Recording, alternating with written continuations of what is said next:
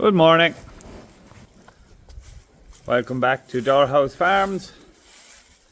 We're a beef and crops farm in East Cork in the south of Ireland.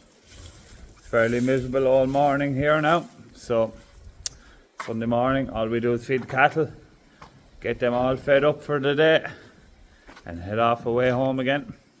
Hello Pip. Here Pip. Useless dog check. She's our guard dog. She's sort of saucy enough, isn't she? Aren't you, Pip? Good girl. So now, let's get into it. So, we'll start by pushing in the silage, like we do every morning, and see if there's any bit left over, or if I think they're a little bit short, and I'll adjust the rations accordingly. I was spreading fertilizer there last night. So I recorded a few clips, I'll put them in there now. So this is last night, it's 9:15. I've the plough off, the spreader on, we'll load her up there now. It's only 2 ton of fertilizer, one load, so it won't take long. For everyone in the Department of Agriculture, I'm just letting you know, I'm taking you off my Christmas mailing list for making me go out of this overnight needlessly. We all have to do our bit, stick to the rules. Water quality is the big issue, so it's not needlessly, to be fair. I suppose the fertilizer ban is needed, but I'm just feeling very hard done by tonight.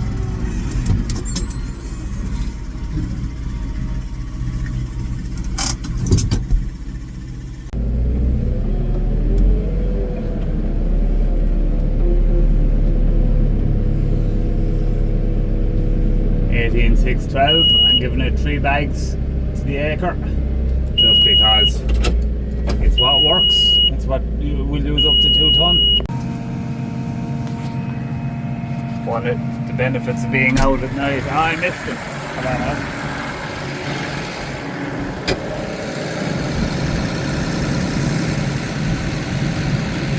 An owl. Barn owl, I assume.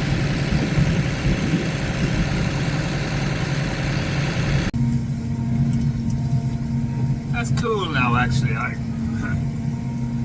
suppose no more so than any farmer, but I've been out in fields a lot of nights in the dark, and I don't think I've ever seen an owl before. That's very cool.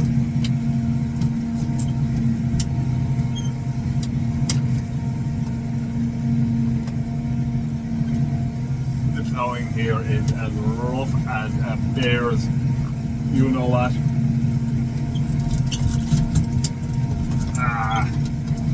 With all sods and furrows. Oh, genius, is a disgrace. But anyway, we'll land that with power harrow with it. Spend a whole pile of money on it instead of just hitting the plastic in the first place. Anyway, I'm after my coffee now, so I'm like a new man. I'm mad for road again.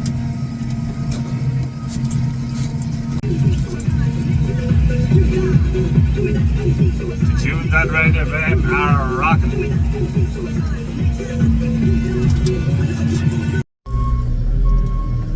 So, for any non-farmers out there who may not know what the fertilizer ban is, or the closing date of the fertilizer, or maybe even some non-Irish farmers. So from the 13th of September until the 15th of January, farmers aren't allowed to spread any chemical fertilizer. This is due to help reduce nitrogen leaching from the soils and to stop to help reduce the amount of nitrogen making its way into rivers. So even though it's 17 degrees here today, it's drizzling away lovely, and it's going to be up in 20 degrees and sunshine after lunch today. We're not allowed to put out chemical fertilizer to help promote plant growth, to help make our business more viable. But that's just the rules, and Irish agriculture, Irish farmers accept that they are the rules and we must follow the rules. Irish farmers, if you tell them to do something, they do it.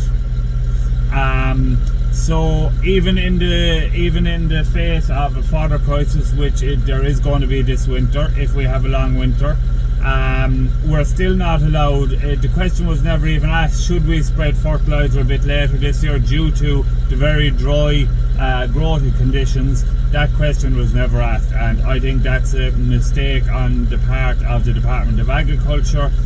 We had Minister McConnell attempt to scrap a straw chopping scheme early on in the year to help avoid a fodder crisis, which made no sense. A measure to allow us to spread fertilizer for a little bit longer would have made sense, but they're the rules, so we must stick to it. And my question is, are other industries as tied to regulation to help increase the environmental situation as Irish agriculture? I don't think they are. I know they're not.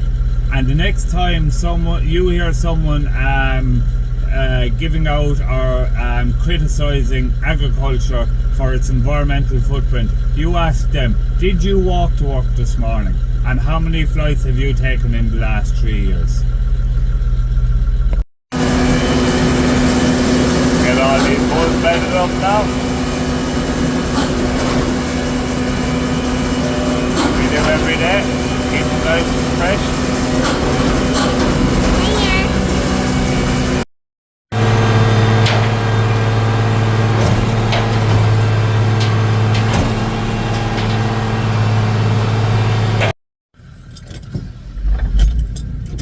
That's the bulls done now.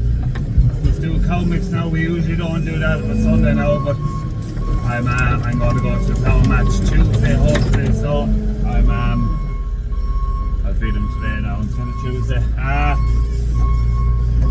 Yeah, I'm going to have to start splitting that bull mix. I'll have to make 2 mixes of it because they're eating too much now and it's just not mixing properly. Look, that's a good thing. The more they're eating, it means the heavier they're getting. So, but yeah, we'll have to do.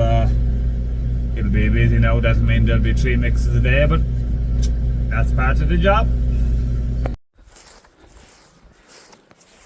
Just after shifting these boys here now into a cover of 1400. Yeah, about 14, maybe 30 between 13, 15, 1400. They came out of there and it's licked.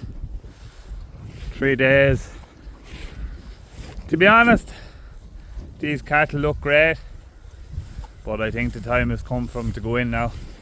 But look, I'm not going to put too much pressure on the system. I'm going to wait now till we have some cattle gone and we'll have more room and we can put them in there. Look, they only go so far in grass. They're growing away, but but I'd say probably the most they're doing now would be a kilo or that, whereas if they go in now they'll be up over 1.5 kilos a day, so time for them to go in. This is not the next paddock, there's one, so the paddock they're in today, then that one's about 1400. This one is about 1250, 1300. And just another 3 paddocks over along there, so there's loads of grazing left from here, but look, once we've a bit of space now we'll be sticking them in.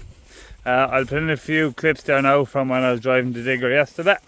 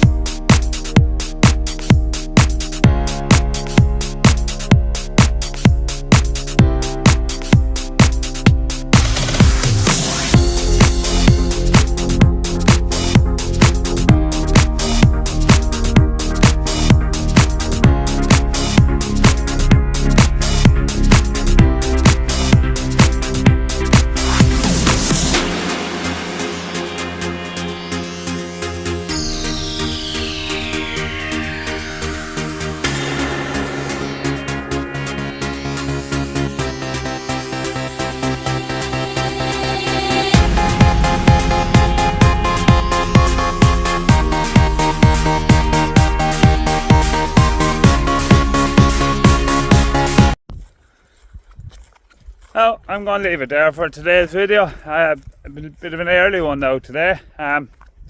With long all day yesterday and long week and long couple of weeks, so early finish now today. It is Sunday.